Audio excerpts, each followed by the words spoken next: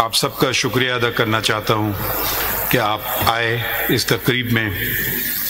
پھر میں بالخصوص چیف جسٹس ڈیزگنیٹ جسٹس یحییٰ افریدی صاحب کا شکریہ ادا کرنا چاہتا ہوں، اور اپنے دیگر ساتھیوں کا، ججز کا، سپریم کورٹ شریعت اپیلیٹ بینچ کے معزز ججز، ان کا شکریہ ادا کرنا چاہتا ہوں، اور اٹارنی جنرل صاحب کا جو انہوں نے میرے متعلق باتیں کہیں، پھر فاروق نائک صاحب vice chairman Pakistan bar council کا، اور شہزاد شوکت صاحب کا صدر سپریم کورٹ بار ایسوسی ایشن. آپ کا تہہ دل سے شکریہ، اور مجھے یقین نہیں آ رہا ہے، شکر ہے کہ میری اہلیہ آج موجود ہیں، کیونکہ انہوں نے یہ باتیں سنی، کیونکہ میں ان کو کہتا کہ میری تعریف ہی تو ان کو کوئی اس پہ اعتبار نہیں کرتی. تو اور ایک اور تو سب آپ لوگوں کا شکریہ آنے کا، اور دوستوں کا بھی، وکیلوں کا، صحافیوں کا آنے کا شکریہ، اور ان لوگوں کا بھی شکریہ جو آج ہم میں موجود نہیں ہیں. میں قانون اور آئین کی آج نہیں بات کروں گا، میں کچھ وہ باتیں بتاؤں گا آپ کو جو شاید آپ کو پتہ نہ ہوں، مگر یہ سب سے پہلے شکریہ اوپر والے کا، شکریہ اللہ تعالیٰ کا کہ انہوں نے مجھے اس قابل سمجھا کہ میں یہ منصب سنبھالوں. شکریہ عوام کا، شکریہ چودھری افتخار صاحب کا جنہوں نے میرا انتخاب کیا chief justice Balochistan high court. Balochistan high court جب میں گیا تو میں واحد جج تھا. ایک آئینی بحران پاکستان میں آ چکا تھا، کوئی جج نہیں تھا، میں واحد جج تھا بلوچستان ہائی کورٹ میں. تو کسی سے مجھے سیکھنے کو نہیں ملا، وکیلوں نے مجھے سکھایا، اور ان کی مدد سے اپنے بلوچستان کے وکیلوں سے آگے بڑھے، ججز اپوائنٹ کیے، اور ایک غیر فعال عدالت عالیہ بلوچستان پھر کا کام شروع ہوا. بلوچستان میں بہت سارا چیزیں کیں. بلوچستان سے ہی میرا تعلق ہے، بلوچستان ہی میں میں نے تعلیم حاصل کی، پہلی سے 10ویں تک. سینئر کیمبرج وہاں ہوتا نہیں تھا تو اس لیے کراچی گئے. اس کے بعد 10ویں کے بعد میرے والد کی پیدائش 30 میل دور ایک شہر ہے پشین، وہاں ہوئی تھی، اور ان کے والد قندھار سے ہجرت کر کے آئے تھے اور اس دنیا سے چلے گئے جب وہ میرے والد کی عمر صرف 6 سال تھی. میرے والد بیچ چلے گئے جب میں صرف 16 سال کا تھا. اب میں اپنے خاندان کی خواتین کا ذرا ذکر کرنا چاہتا ہوں. میری دادی، جن سے میری کبھی ملاقات نہیں ہوئی، جن کو ہم ادے کہتے تھے، ان کے 3 بیٹے تھے. وہ خود پڑھی لکھی نہیں تھیں، مگر انہوں نے اپنے جو ایک بیوہ پشین میں رہ رہی ہیں، اب آپ اس کو سوچئے، اور یہ 100 سال سے پہلے کی بات ہے کہ انہوں نے یہ تعین کیا کہ میں تینوں بچوں کو جو اس وقت کی سب سے بہتر تعلیم ہے وہ دلوانا چاہتی ہوں.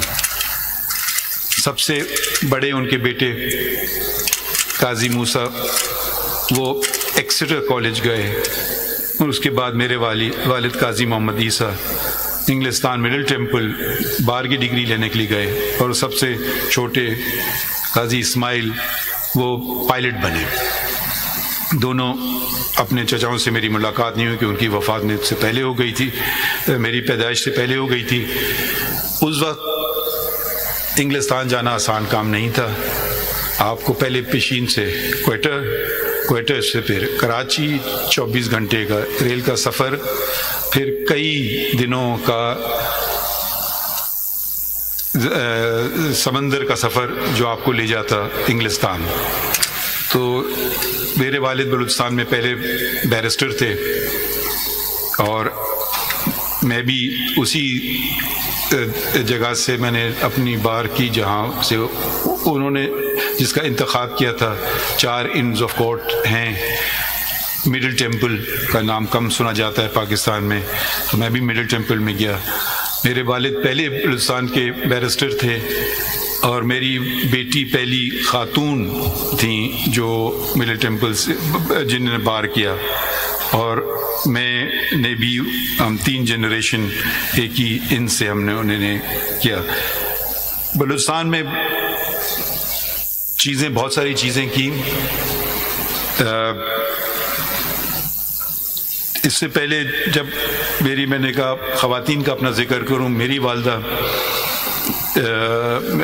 نے مجھے کہا ایک ہی نصیحت دی, آپ ڈگری کر لو اس کے بعد جو مرضی کرو. تو ڈگری جیسی مجھے ہاتھ میں آئی بار کی, ساتھ ساتھ میری شادی بھی ہو گئی. تو میری وابستگی میری اہلیہ اور اس پروفیشن سے برابر کی ہے, 42 سال کی. 42 سال مجھے اس پروفیشن میں ہوئے ہیں اور 42 سال سے میری شادی کو بھی ہوئے ہیں. تو ہر برے اچھے کے ساتھ دیا گیا. چیف جسٹس اس وقت افتخار محمد چودھری صاحب نے اپنے رجسٹرار کے ذریعے ڈاکٹر فقیر محمد کے ایک دن فون آیا کہ آپ کو چیف جسٹس صاحب بلا رہے ہیں. تو میں نے سمجھا پتہ نہیں خیریت کیا بات ہوئی, کیونکہ میں اس وقت انگریزی کے اخبار میں لکھتا تھا. تو میں نے کہا شاید کچھ ناگزیر لگا ہو تو شاید مجھے کوئی ڈانٹا پڑھنے کے لیے. تو میں نے ریٹرن ٹکٹ بک کیا اسی دن کا کہ واپس آ جاؤں گا. تو وہاں پہ پتہ چلا کہ انہوں نے کہا کہ نہیں آپ جاؤ بلوچستان سنبھالو, وہاں کوئی جج نہیں رہا. میری زندگی میں ویٹو پار میری اہلیہ کو ہے, اور اس وقت میرے پارٹنر ان سے میں نے کہا جی میں جب تک وہ نہیں ہاں کریں گے تو میں بھی نہیں کر سکتا ہوں. تو دونوں نے اگری کیا اور پھر وہاں سے میں بلوچستان ایک دم زندگی بدل گئی راتوں رات. اور بلوچستان بلکہ چودھری صاحب نے مجھے کہا چلے جاؤ. میں نے ان سے بات کی, میں نے کہا میں تو اپنا ٹوتھ برش بھی نہیں لایا ہوں.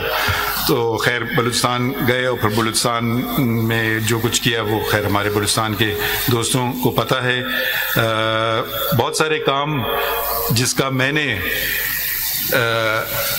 کا لوگ مجھے صلاح دیتے تھے کہ میں نے کیا, اس کے پیچھے میری اہلیہ تھی. ان کی بس 2 شرط تھی, ایک کہ ان کا نام نہیں بتایا جائے گا اور کوئی معاوضہ اور کسی قسم کا کچھ نہیں ہوگا. تو بہت ساری چیزیں جو پبلک ایریاز میں پارکس اور ان کے ٹھیک ٹھاک کرنا, یونیفارم بنانا وغیرہ وغیرہ, انہوں نے اسٹیشنری ڈیزائن کرنا, ویب سائٹ ڈیزائن کرنا, بہت سی چیزوں میں انہوں نے ہاتھ بٹایا. اور بلوچستان کے ہر ڈسٹرکٹ میں ہم ساتھ گئے, وہ والے ڈسٹرکٹ بھی جو اس وقت کافی مسئلے ہو رہے تھے ادھر, اور مجھے کہا گیا تھا کہ یہ مناسب نہیں آپ کا جانا. مگر وہ انہوں نے میری اہلیہ نے انسسٹ کیا, سرینا نے, اور وہ بھی میرے ساتھ آئیں. ہمارے ڈرائیور ہوتے تھے شعبان, بیچارے کا انتقال ہو گیا. ہر جگہ انہوں نے کی اور وہ پتہ نہیں کتنے چیف جسٹسز کے ساتھ رہ چکے تھے. ایک دن وہ کہتے ہیں یہاں تو میں بھی نہیں آیا ہوں بلوچستان میں. تو مجھے بڑی خوشی ہوئی, میں ہنسا, میں نے کہا جی چلیں کوئی ایسی جگہ تو ہے کہ جو میں نے آپ کو دکھائی اور آپ نے مجھے نہیں دکھائی.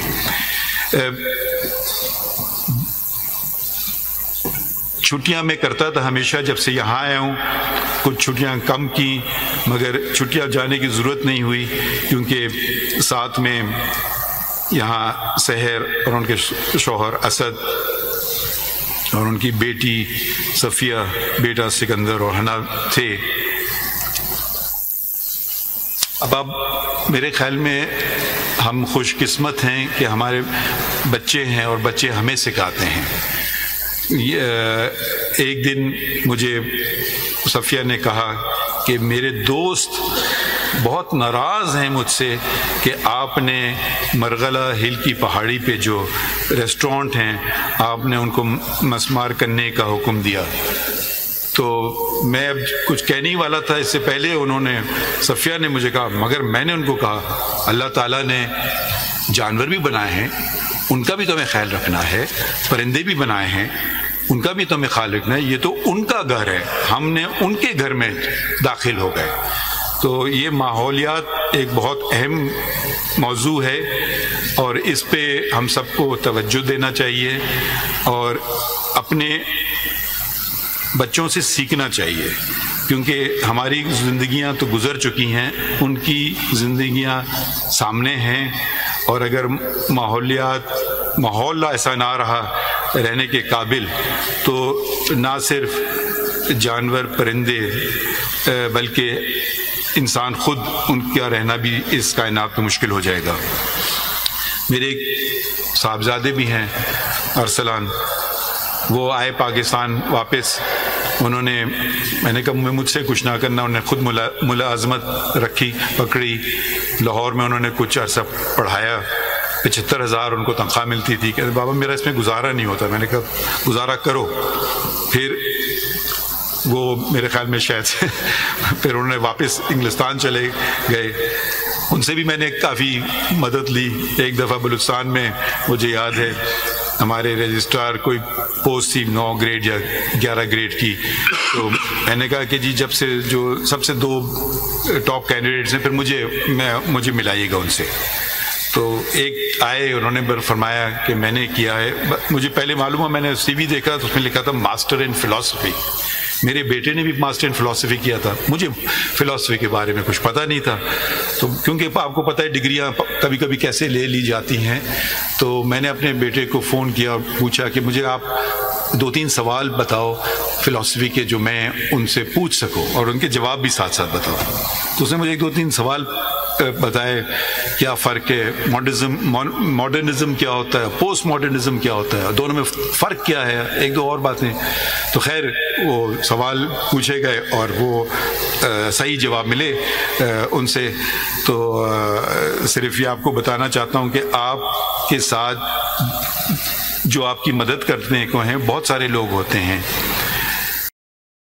میرے ساتھ کن کن نے میری مدد کی، اور جیسے میرے دوست یا افریدی نے صاحب نے کہا کہ بھالو کہیں گے یا ریچھ کہیں گے یا ایسا بیر کہتے ہیں خطرناک ریچھ ہے، ریچھ کے ساتھ گزارا کیا. اس میں فاروق صاحب ہیں، توصیف صاحب ہیں، ساجد صاحب ہیں، سردار صاحب ہیں، اور 2 لوگ جو میرے ساتھ میں نے جن کا انتخاب کیا کہ وہ میرے ساتھ آئیں، اور وہ صرف اس شرط پہ آنے کے لیے تیار ہوئے کہ جس دن آپ جائیں گے اس دن ہم بھی جائیں گے. تو ان کا بھی آج ایک طرح سے آپ ریفرنس ہی سمجھیے. پروفیسر ڈاکٹر مشتاق، ان کا میں نے انتخاب کیا جو میرے سامنے بیٹھے ہیں کہ وہ میرے پرائیویٹ سیکرٹری کا انتخاب کیا، جو انہوں نے ایکسیپٹ کیا. یہ ان کا بڑا پن ہے کیونکہ ان کا گریڈ کہیں زیادہ تھا بلکہ private secretary to the chief justice سے. اور دوسرے بلوچستان سے میرے ساتھ رہے ہمیشہ صادق صاحب، محمد صادق صاحب، وہ میرے خیال میں شاید وہاں بیٹھے ہیں. انہوں نے بھی اسی شرط پہ کہا کہ جس دن آپ کا ریفرنس ہوگا اس دن ہمارا بھی آخری دن ہوگا. تو یہ ان کی میں نے دونوں کی شرط قبول کی اور میرے ساتھ آئے. میرے پہلا کام جو میں نے یہاں کیا تھا وہ میری جو صحیح ثابت ہوا وہ انتخاب کرنا تھا رجسٹرار کا، جزیلہ اسلم صاحبہ، اور انہوں نے میرا شاید پیار کا پہلو بھی اور ریچ والا پہلو بھی دونوں دیکھے ہیں، مگر شاید وہ اس بات کی گواہی دے کہ کبھی کوئی ذاتیات پہ نہیں بات ہوتی تھی، انسٹیٹیوشن کی بہتری کی بات ہوتی تھی. ہم چہرہ سامنے جو کام جو یہ پیش کر رہی ہیں اور ان سے پوچھیے کہ میں نے ان کے کاموں میں کوئی دخل نہیں کیا، ان کی کاز لسٹ بنانے میں کوئی دخل نہیں کیا، کاز کیس لگنا ہے کون سا لگنا ہے، میں نے کہا یہ ان کا کام میرا کام نہیں ہے، یہ سب انہوں نے کام کیا۔ پھر میں ایک اور خاتون کا بھی ذکر کروں، ہنا صاحبہ کہاں ہیں؟ جی ہنا صاحبہ یہاں ہیں، جو ان سے میرا اتفاق ایسے ہی ہوا کیونکہ ایک دن جو میرے پہلے ریڈر ہوتے تھے وہ آئے نہیں، تو ان کو کسی نے بھیجا میرے سامنے اور یہ بڑی ایفیشینٹ ثابت ہوئیں، تو پھر میں نے ان کو اپنے ساتھ ایز مائی ریڈر رکھا۔ اب مردوں کو ذرا خطرہ ہونا چاہیے کہ یہ کچھ خواتین آگے نکل رہی ہیں، تو میں آپ کو صرف ذرا آپ لوگ اپنی کارکردگی بہتر کر لیں، نہیں تو یہ نہ ہو کہ ساری خواتین ہی آپ کی پوزیشنز پہ آ جائیں۔ تو ہنا صاحب کے میرے ریسرچ آفیسر جو یہاں بیٹھے ہیں ماشاءاللہ بہت ہی قابل ہیں، اور اس سے پہلے کہ میں ان کو بتاؤں کسی موضوع پہ اور میں بات کر رہا ہوتا تھا تو ان کو پتہ تھا میں کس طرف جا رہا ہوں، کتاب میرے سامنے آ جاتی تھی۔ میرے گارڈ فیاض جو میرے ہمیشہ ساتھ رہے ہیں، طارق وسیم صاحب ریسرچ آفیسر، میرے کورٹ کلرکس جن میں کبیر تھے جو اب امریکہ میں ہیں، حسن وہ بھی پڑھنے گئے امریکہ، علی، زینب، نیہا اور مریم کچھ عرصے کے لیے میرے ساتھ آئیں، ان سب کا میں بھی شکریہ ادا کرنا چاہتا ہوں۔ اور آخر میں بہت بہت آپ کا شکریہ، اور آزادی میں کچھ گھنٹے رہ گئے شکریہ بہت بہت۔